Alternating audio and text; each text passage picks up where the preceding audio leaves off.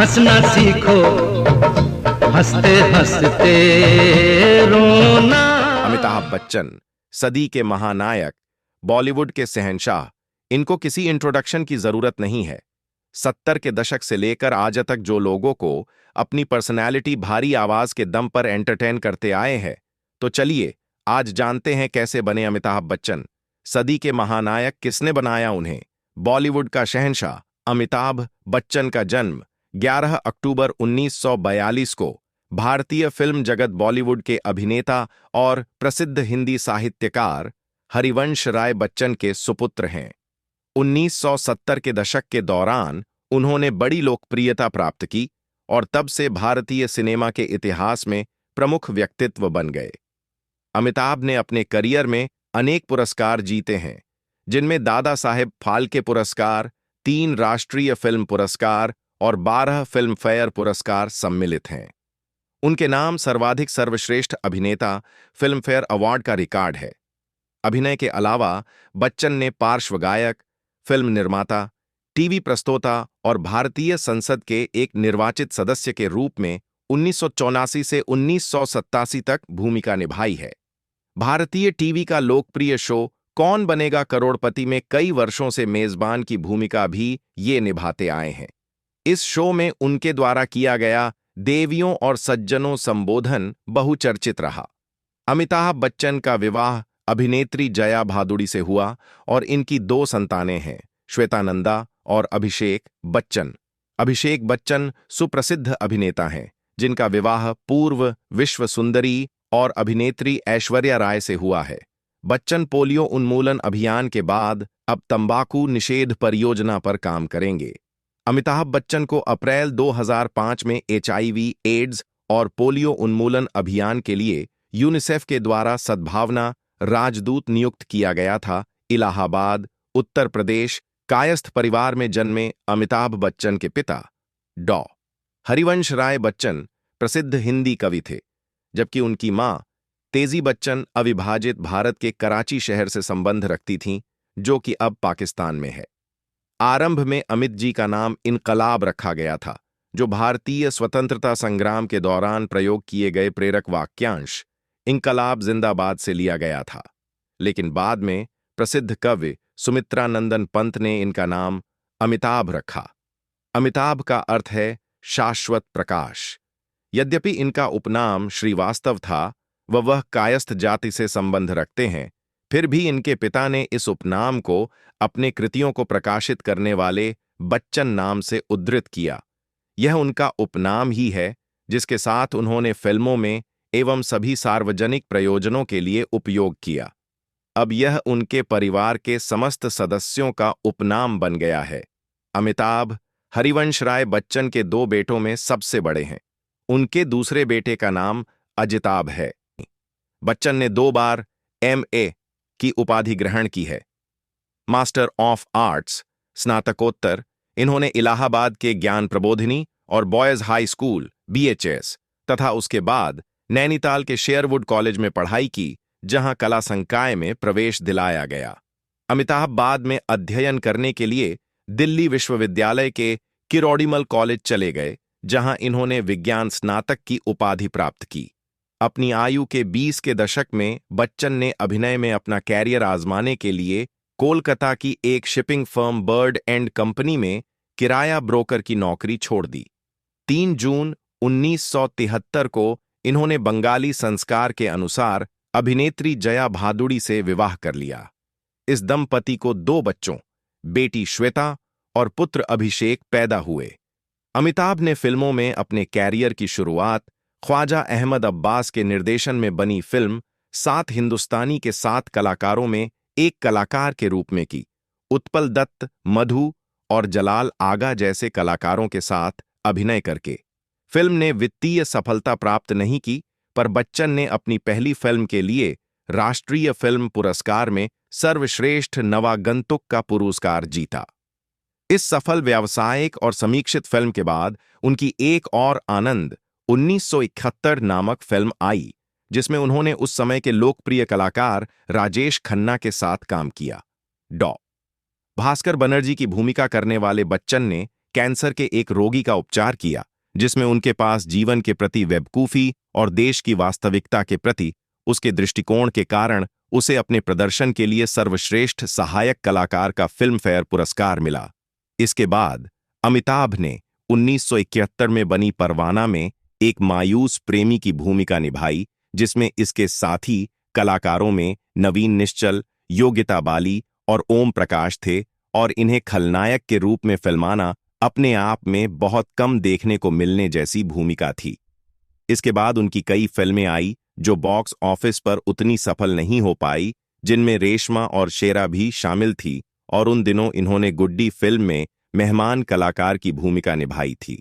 इनके साथ इनकी पत्नी जया भादुड़ी के साथ धर्मेंद्र भी थे। अपनी जबरदस्त आवाज के लिए जाने जाने वाले अमिताभ बच्चन ने अपने कैरियर के प्रारंभ में ही उन्होंने बावर्ची फिल्म के कुछ भाग का बाद में वर्णन किया। 1972 में निर्देशित एस रामनाथन द्वारा निर्देशित comedy film Bombay to Goa में भूमिका निभाई। इन्होंने अरुणा ईरानी, महमूद, अनवर अली और नासिर हुसैन जैसे कलाकारों के साथ कार्य किया है। अपने संघर्ष के दिनों में वे 7 वर्ष की लंबी अवधि तक अभिनेता, निर्देशक एवं हास्य अभिनय के बादशाह महमूद साहब के घर में रुके रहे। 1973 में जब प्रकाश मेहरा ने इन्हें अपनी फिल्म जंजीर 1673 में इंस्पेक्टर विजय खन्ना की भूमिका के रूप में अवसर दिया, तो यहीं से इनके कैरियर में प्रगति का नया मोड़ आया। यह फिल्म इससे पूर्व के रोमांस भरे सार के प्रति कटाक्ष था, जिसने अमिताभ बच्चन को एक नई भूमिका एंग्री यंग मैन में देखा, जो बॉलीवुड के एक्शन हीरो बन गए थे। यही वह प्रतिष्ठा थी जिसे बाद में इन्हें अपनी फिल्मों में हासिल करते हुए उसका अनुसरण करना था। यारी है ईमान मेरा, यार मेरी जिंदगी। बॉक्स ऑफिस पर सफलता पाने वाले एक जबरदस्त अभिनेता के रूप में यह उनकी पहली फिल्म थी, जिसने उन्हें सर्वश्रेष्ठ पुरुष कलाकार फिल्म फेयर पुरस्कार के लिए मनोनीत करवाया। 1973 ही वह साल था जब इन्होंने 3 जून को जया से विवाह किया, और इसी समय ये दोनों न केवल जंजीर में बल्कि एक साथ कई फिल्मों में दिखाई दिए, जैसे अभिमान, जो इनकी शादी के केवल 1 मास बाद ही रिलीज हो गई थी।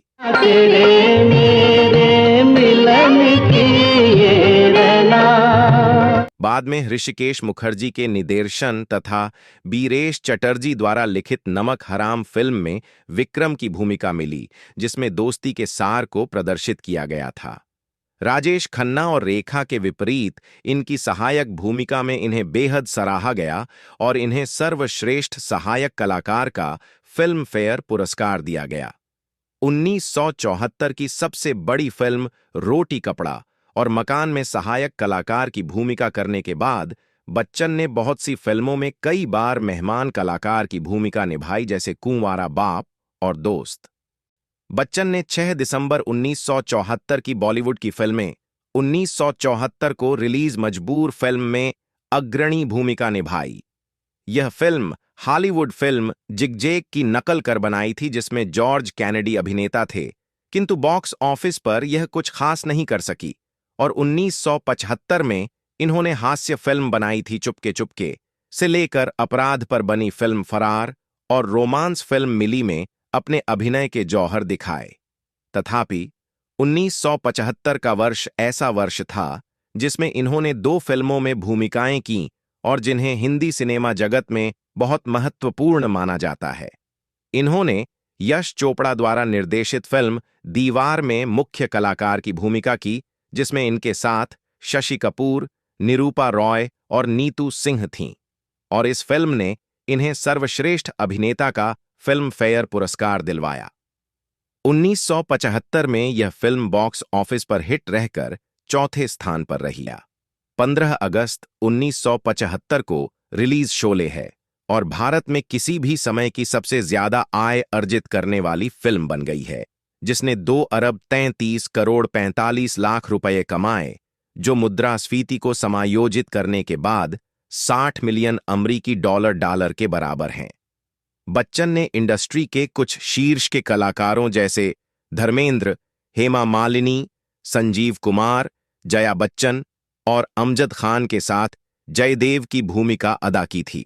1999 में बीबीसी इंडिया ने इस फिल्म को शताब्दी की फिल्म का नाम दिया और दीवार की तरह इसे इंडिया टाइम्स मूवियों में बॉलीवुड की शीर्ष 25 फिल्मों में शामिल किया।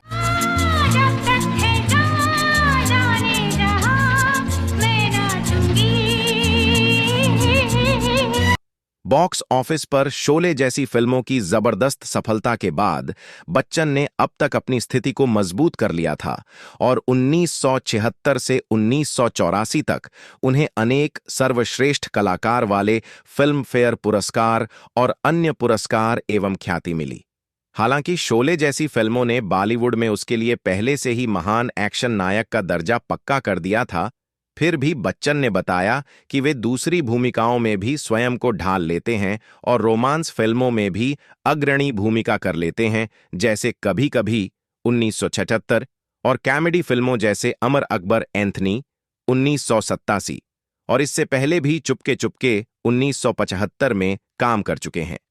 1976 में इन्हें यश चोपड़ा ने अपनी दूसरी फिल्म कभी कभी में साइन कर लिया।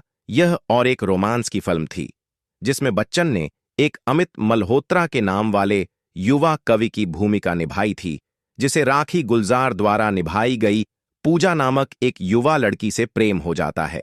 इस बातचीत के भावनात्मक जोश और कोमलता के विषय अमिताभ की कुछ पहले की एक्शन फिल्मों तथा जिन्हें वे बाद में करने वाले थे की तुलना में प्रत्यक्ष कटाक्ष किया। इस फिल्म ने इन्हें सर्वश्रेष्ठ अभिनेता का फिल्म फेयर पुरस्कार के लिए नामित किया और बॉक्स ऑफिस पर यह एक सफल फिल्म थी। 1987 में इन्होंने अमर अकबर एंथनी में अपने प्रदर्शन के लिए सर्वश्रेष्ठ अभिनेता का फिल्म फेयर पुरस्कार जीता। इस फिल्म में इन्होंने विनोद खन्ना और आर्शी कपूर के साथ एनाथोनी गोंसाल्वेज के नाम से तीसरी अग्रणी भूमिका की थी। 1978 संभवतः इनके जीवन का सर्वाधिक प्रशंसनीय वर्ष रहा और भारत में उस समय की सबसे अधिक आय अर्जित करने वाली 4 फिल्मों में इन्होंने स्टार कलाकार की भूमिका निभाई। इन्होंने एक बार फिर कस्मे वादे जैसी फिल्मों में अमित और शंकर तथा डॉन में अंडरवर्ल्ड गैंग और उसके हमशक्ल विजय के रूप में दोहरी भूमिका निभाई। इनके अभिनय ने इन्हें सर्वश्रेष्ठ अभिनेता के फिल्म फेयर पुरस्कार दिलवाए और इनके आलोचकों ने त्रिशूल और मुकद्दर का सिकंदर जैसी फिल्मों में इनके अभिनय की प्रशंसा की तथा इन दोनों फिल्मों के लिए इन्हें सर्वश्रेष्ठ अभिनेता का फिल्म फेयर पुरस्कार मिला। इस पड़ाव पर इस अप्रत्याशित दौड़ और सफलता के नाते इनके कैरियर में इन्हें फ्रेंकाइज ट्रूफोर्ट नामक निर्देशक द्वारा वन मैन इंडस्ट्री का नाम दिया। 1979 में पहली बार अमिताभ को मेजर जीरो नटवरलाल नामक फिल्म के लिए अपनी सहयोगी कलाकार रेखा के साथ काम करते हुए गीत गाने के लिए अपनी आवाज का उपयोग करना पड़ा। मेरे पास आओ मेरे दोस्तों एक किस्सा सुनो। फिल्म में उनके प्रदर्शन के लिए उन्हें सर्वश्रेष्ठ अभिनेता का पुरस्कार, पुरुष पार्श्व गायक का सर्वश्रेष्ठ फिल्म पुरस्कार मिला। 1979 में इन्हें काला पत्थर, 1979 में सर्वश्रेष्ठ अभिनेता का पुरस्कार दिया गया और इसके बाद 1980 में राज खोसला द्वारा निर्देशित फिल्म दोस्ताना में दोबारा नामित किया गया, जिसमें इनके सह कलाकार शत्रुघ्न सिन्हा और जीनत अमान थीं। दोस्ताना वर्ष 1980 की शीर्ष फिल्म साबित हुई। 1981 में इन्होंने यश चोपड़ा की नाटकीयता फिल्म सिलसिला में काम किया, जिसमें इनकी सह कलाकार के रूप में इनकी पत्नी जया और अफवाहों में इनकी प्रेमिका रेखा थीं। इस युग की दूसरी फिल्मों में राम बलराम 1980, शान 1980, लावारिस 1981 और शक्ति 1982 जैसी फिल्में शामिल थीं, जिन्होंने दिलीप कुमार जैसे अभिनेता से इनकी तुलना की जाने लगी थी। 1982 में कुली फिल्म में बच्चन ने अपने सह कलाकार पुनीत इस्सर के साथ एक फाइट की शूटिंग के दौरान अपनी आंतों को लगभग घायल कर लिया था। बच्चन ने इस फिल्म में स्टंट अपनी मर्जी से करने की छूट ले ली थी, जिसके एक सीन में इन्हें मेज पर गिरना था और उसके बाद जमीन पर गिरना था। हालांकि जैसे ही ये मेज की ओर कूदे, तब मेज का कोना इनके पेट से टकराया, जिससे इनके आंतों को चोट पहुंची और इनके शरीर से काफी खून बह निकला था। इन्हें जहाज से फौरन स्प्लेनेक्टोमी के उपचार हेतु अस्पताल ले जाया गया और वहां ये कई महीनों तक अस्पताल में भर्ती रहे और कई बार मौत के मुंह में जाते जाते बचे। यह अफवाह भी फैल भी गई थी कि वे एक दुर्घटना में मर गए हैं और संपूर्ण देश में इनके चाहने वालों की भारी भीड़ इनकी रक्षा के लिए दुआएं करने में जुट गई थी। इस दुर्घटना की खबर दूर दूर तक फैल गई और यूके के अखबारों की सुर्खियों में छपने लगी, जिसके बारे में कभी किसने सुना भी नहीं होगा। बहुत से भारतीयों ने मंदिरों में पूजा अर्चनाएं की और इन्हें बचाने के लिए अपने अंग अर्पण किए और बाद में जहां इनका उपचार किया जा रहा था, उस अस्पताल के बाहर इनके चाहने वालों की मीलों लंबी कतारें दिखाई देती थीं। तिस पर भी इन्होंने ठीक होने में कई महीने ले लिए और उस साल के अंत में एक लंबे अरसे के बाद पुनः काम करना आरंभ किया। ये फिल्म 1983 में रिलीज हुई और आंशिक तौर पर बच्चन की दुर्घटना के असीम प्रचार के कारण बॉक्स ऑफिस पर सफल रही। निर्देशक मनमोहन देसाई ने कुली फिल्म में बच्चन की दुर्घटना के बाद फिल्म के कहानी का अंत बदल दिया था। इस फिल्म में बच्चन के चरित्र को वास्तव में मृत्यु प्राप्त होनी थी, लेकिन बाद में स्क्रिप्ट में परिवर्तन करने के बाद उसे अंत में जीवित दिखाया गया। देसाई ने इनके बारे में कहा था कि ऐसे आदमी के लिए यह कहना बिल्कुल अनुपयुक्त होगा कि जो असली जीवन में मौत से लड़कर जीता हो, उसे पर्दे पर मौत अपना ग्रास बना ले। इस रिलीज फिल्म में पहले सीन के अंत को जटिल मोड़ पर रोक दिया गया था और उसके नीचे एक कैप्शन प्रकट होने लगा जिसमें अभिनेता के घायल होने की बात लिखी गई थी और इसमें दुर्घटना के प्रचार को सुनिश्चित किया गया था। बाद में ये मियां सथीनिया ग्रेविस में उलझ गए, जो या कुल्ली में दुर्घटना के चलते या तो भारी मात्रा में दवाई लेने से हुआ या इन्हें जो बाहर से अतिरिक्त रक्त दिया गया था इसके कारण हुआ। उनकी बीमारी ने उन्हें मानसिक और शारीरिक दोनों रूप से कमजोर महसूस करने पर मजबूर कर दिया और उन्होंने फिल्मों में काम करने से सदा के लिए छुट्टी लेने और राजनीति में शामिल होने का निर्णय किया। यही वह समय था जब उनके मन में फिल्म कैरियर के संबंध में निराशावादी विचारधारा का जन्म हुआ और प्रत्येक शुक्रवार को रिलीज होने वाली नई फिल्म के प्रत्युत्तर के बारे में चिंतित रहते थे। प्रत्येक रिलीज से पहले वह नकारात्मक रवैये में जवाब देते थे कि यह फिल्म तो फ्लैप होगी। 1984 में अमिताभ ने अभिनय से कुछ समय के लिए विश्राम ले लिया और अपने पुराने मित्र राजीव गांधी की सपोर्ट में राजनीति में कूद पड़े। उन्होंने इलाहाबाद लोकसभा सीट से उत्तर प्रदेश के पूर्व मुख्यमंत्री हेमवती नंदन बहुगुणा को इन्होंने आम चुनाव के इतिहास में 68.2% के मार्जिन से विजय दर्ज करते हुए चुनाव में हराया था। हालांकि इनका राजनीतिक कैरियर कुछ अवधि के लिए ही था, जिसके 3 साल बाद इन्होंने अपनी राजनीतिक अवधि को पूरा किए बिना त्याग दिया। इस त्याग पत्र के पीछे इनके भाई का बोफोर्स विवाद में अखबार में नाम आना था, जिसके लिए इन्हें अदालत में जाना पड़ा।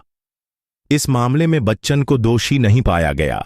उनके पुराने मित्र अमर सिंह ने इनकी कंपनी ABCL के फेल हो जाने के कारण आर्थिक संकट के समय इनकी मदद की। इसके बाद बच्चन ने अमर सिंह की राजनीतिक पार्टी समाजवादी पार्टी को सहयोग देना शुरू कर दिया। जया बच्चन ने समाजवादी पार्टी ज्वाइन कर ली और राज्यसभा की सदस्य बन गई।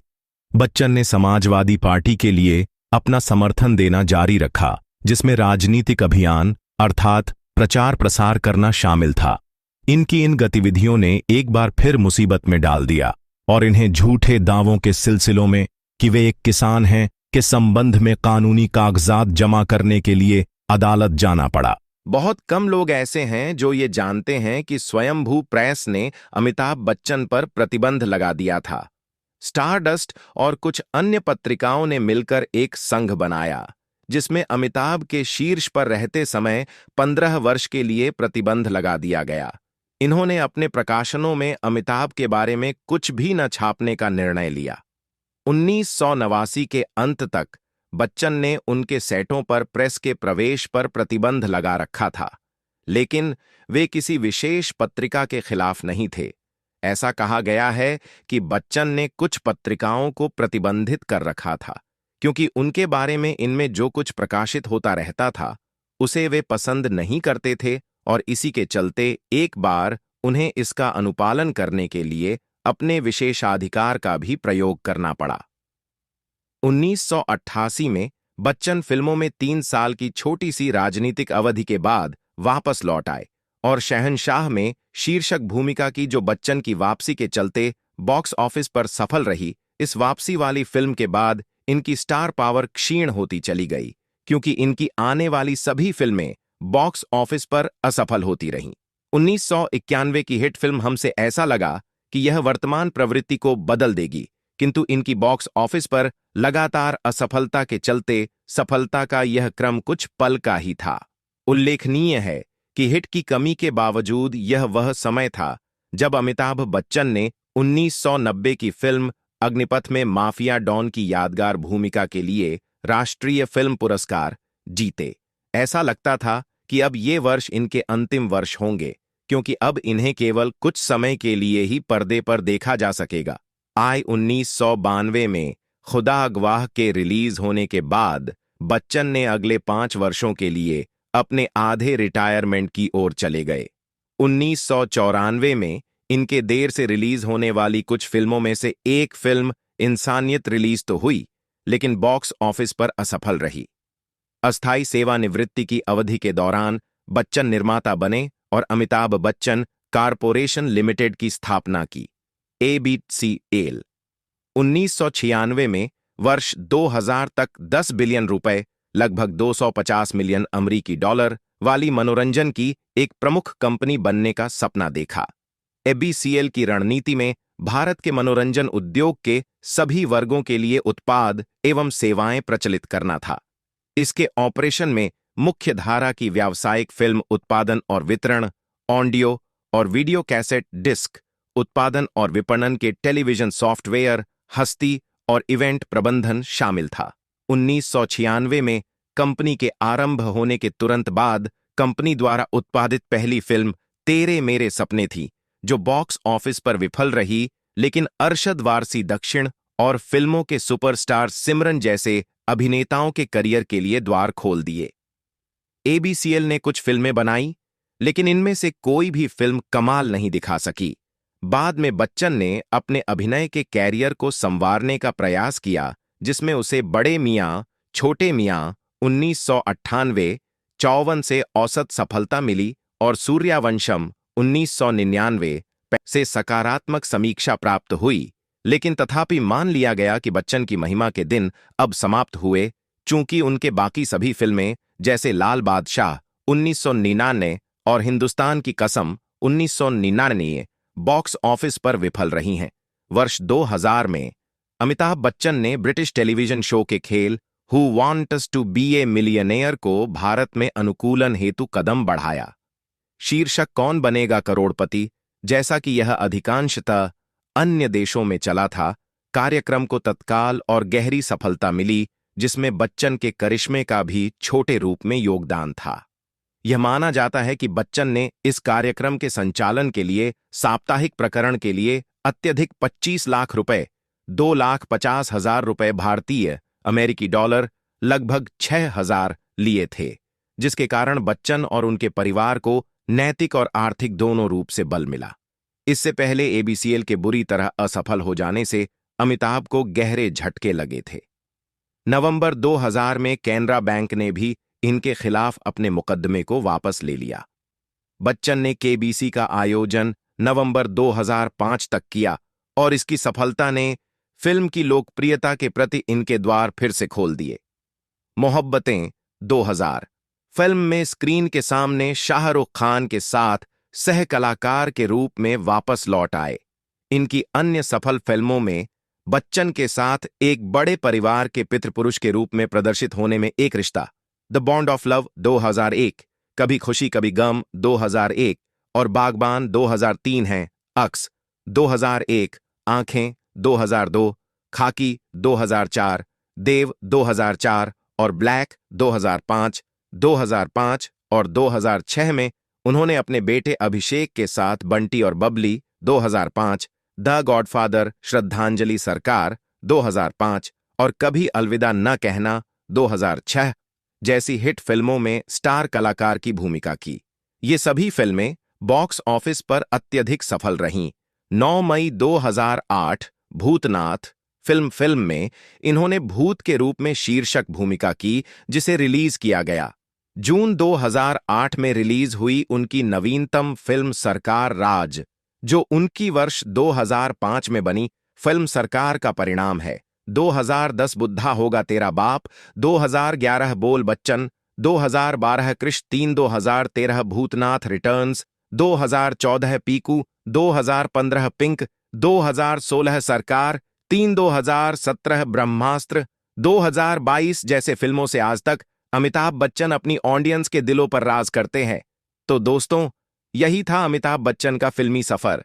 तो आप बताइए, आपको अमिताभ की कौन सी फिल्म पसंद है, और वीडियो पसंद आई हो तो वीडियो को लाइक एंड चैनल को सब्सक्राइब जरूर करें ऐसे ही इंटरेस्टिंग वीडियो के लिए।